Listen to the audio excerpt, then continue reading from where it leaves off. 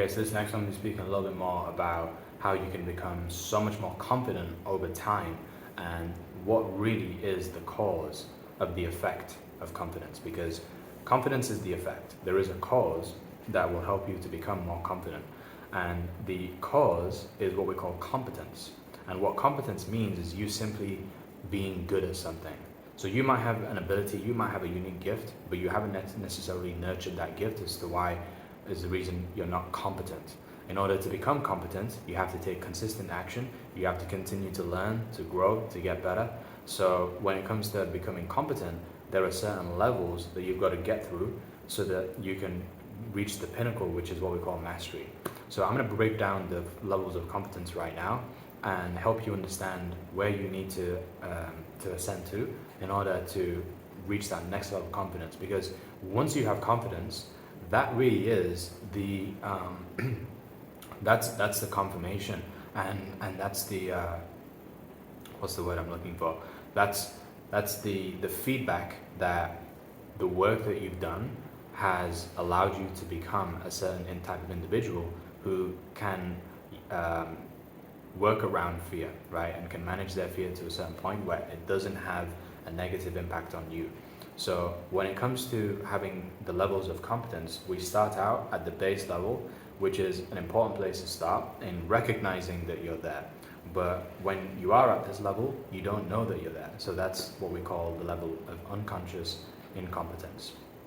And what that means is that you don't know how terrible you are at what you're doing. So for example of this, it's like until you actually came into this platform and started to learn more about the keys of intellect and the key of courage and the key of spiritual connection, you didn't really know as to how much you didn't know. You didn't know how terrible that you were at implementing these exercises and also going through your fears because you hadn't had the exposure, because exposure dispels myth. So when you start to go through these levels of competence, then you're going to find that you become more aware at the same time. So there's two factors. You have one, what is your awareness level? And the second thing is what is your competence level? So at the lowest level, your awareness level is almost zero, and also your competence level is also zero. So that's why we call it the stage of unconscious incompetence. In other words, you don't know what you don't know. You're so terrible. We don't want to stay there, however. It's fine to be there at the very beginning, but as soon as you know that you're there, you immediately ascend to a level of what we call awareness, where you become aware of how terrible that you are. So that's a great place to be, because as soon as you become aware of how terrible that you are, now you can start to learn. And in other words, this also overlaps with what I was saying about the levels of truth, where a person can't actually become ignorant. A person can't ascend through the levels of truth unless they let go of their arrogance. And the only way that you're going to be able to ascend to this level is, again, letting go of the arrogance and being able to face the facts of you are terrible at what you're doing, and the fact that you're conscious of being terrible is the next step. So that's what we call conscious incompetence. And again, it hurts to get to this place. Any person who goes from unconscious incompetence and says that going to conscious incompetence is easy, they're lying to you, because it isn't. It's going to take a hit at your ego. It's going to make you feel like there's a lot of work to be done, but it makes you aware. So that's the second place you want to get to. The third level that you want to reach is the next level, which we call conscious competence. And the way that conscious competence works is that you are now becoming, again, more aware, but the awareness is now changing because now you're becoming aware of the things that you're actually good at, right? So when you start to practice and you get good and you start moving forwards and taking action, then you're going to notice that there are certain results that are changing, whether these are external results or the first type of results that you receive, which are internal results. There's going to be results that start to appear for you. And the way that this changes you is that you start to become better and you are now good at what you do. The only problem, however, is that you're having to kind of use a lot of conscious resources to share what it is that you're doing or to practice in that particular thing. It's using a lot of conscious resources, so it's a lot of effort. For example, back when I was, doing a lot of speaking, communicating, things like this, I remember being at a level of conscious competence where I would have to be thinking constantly about what I'm doing.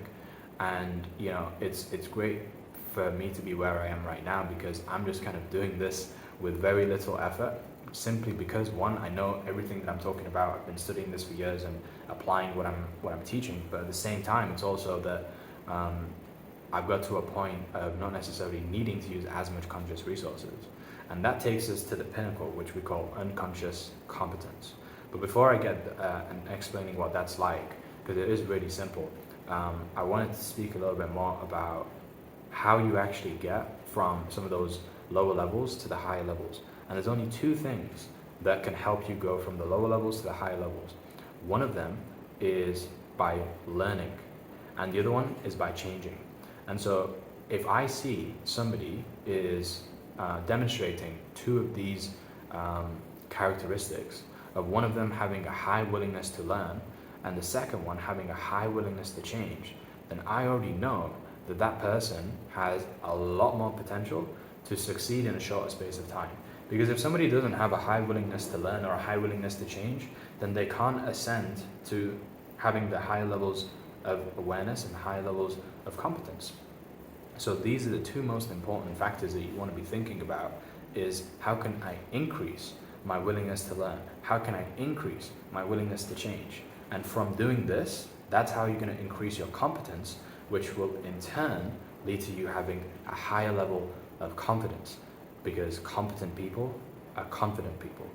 So when it comes to the pinnacle level, this is where you are the most confident, and you're actually the least aware of how competent that you are, which is a great place to be, because you don't even realize how good you are. You're that good.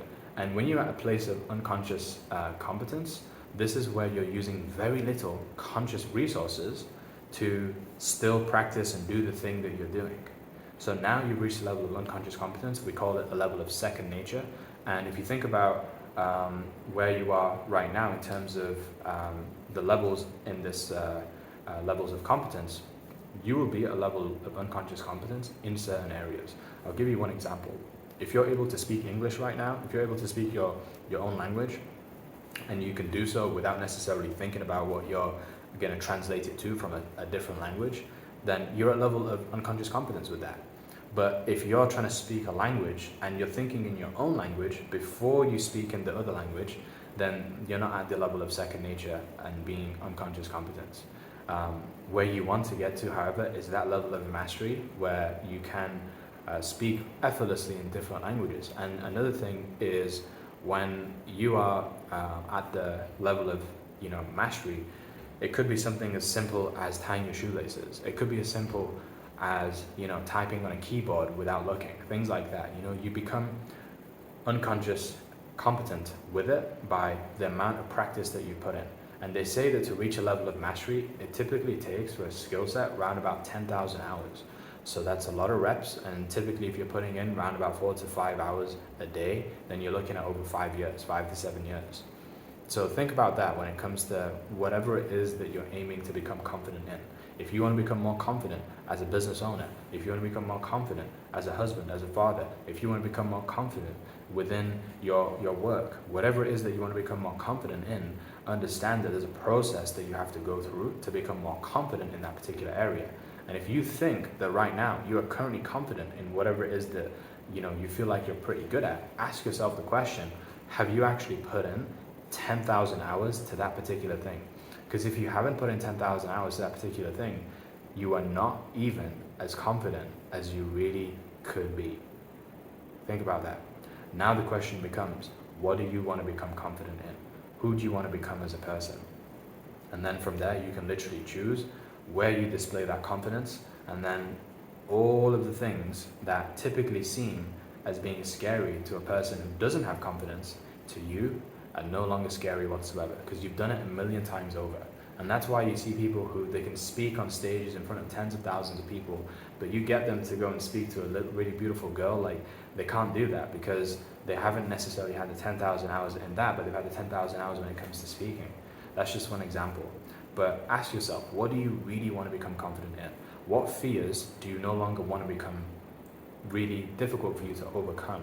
and you can really start to strategically build out the person you get to become by working on those areas of what that confident person would be good at. So yeah, I hope you've derived some value from this video. Things are making sense for you. And yeah, we'll be seeing you on the next one, where I'm going to go into that video that I've been speaking about many times over, about the 3 best forms of action that you can be taking whilst coming out of your comfort zone and becoming more of that competent and confident person. So I'll see you on that one.